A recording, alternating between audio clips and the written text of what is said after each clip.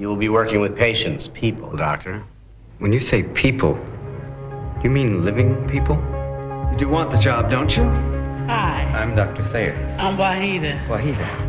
I'd like to ask... I was born in 1911 in Kingsbridge, New York. Prior to July 1955, I resided at the Brooklyn Psychiatric Center, Brooklyn, New York. How are you today? I'm fine, thank you. Prior to that, I was a person. It gets easier. You don't think it will, but it does. Can you hear me?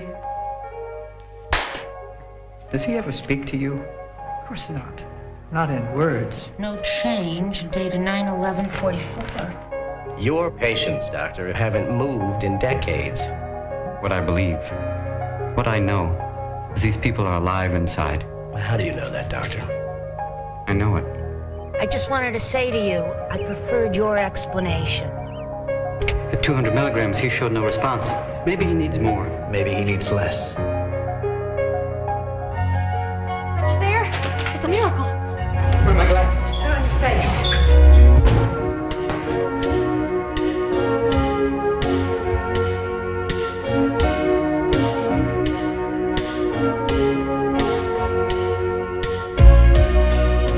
I don't think that I could deal with losing 30 years of my life, could you? Have you thought what you'd like to do today? Everything. Leonard, where are you going? I would do all the things that you people take for granted. I'd go for a walk. I'd look at things. I'd talk to people. You work here? No, I live here. You don't look like a patient. I don't? Girls. You're not married. Me? Would you like to go out for a cup of coffee?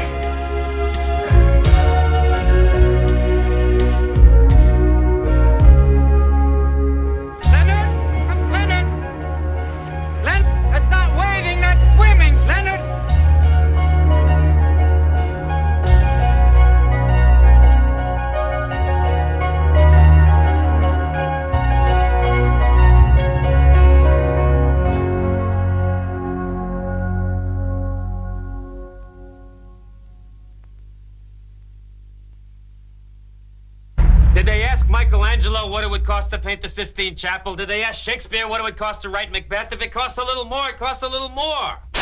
He built his dream with the mob's money. Want to be a little more specific? You just don't do that.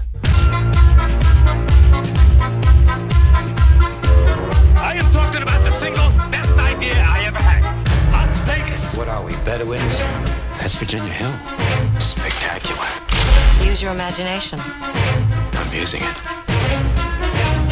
Let me know when you're finished. Where would you have some brewer to handle our money? No problem. Would you stop that, please? Warren Beatty, Annette Bening. You want out, you're out! Bugsy. God won't be able to bail you out of this one.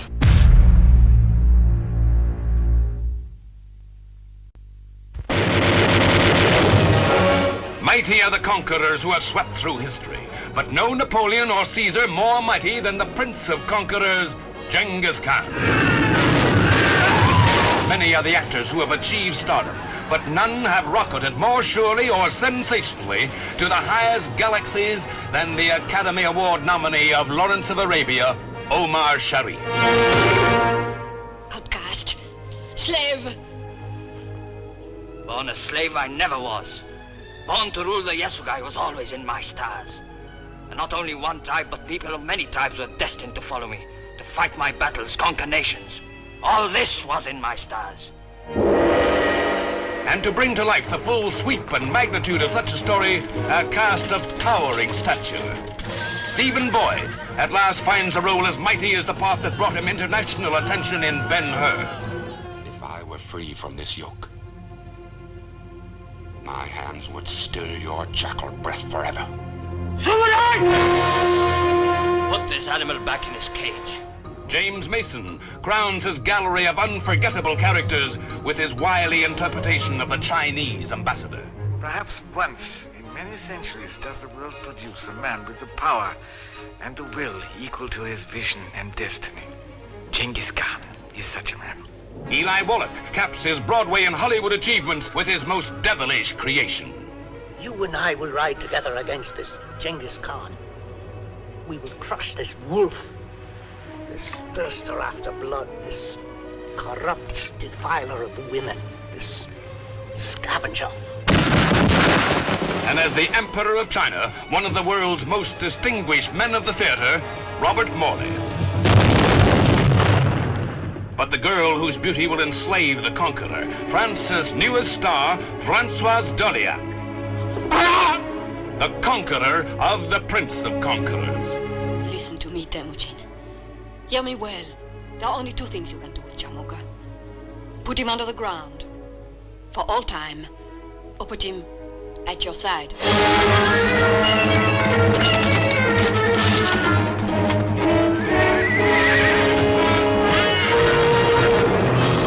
Where the story was set, so went the cameras.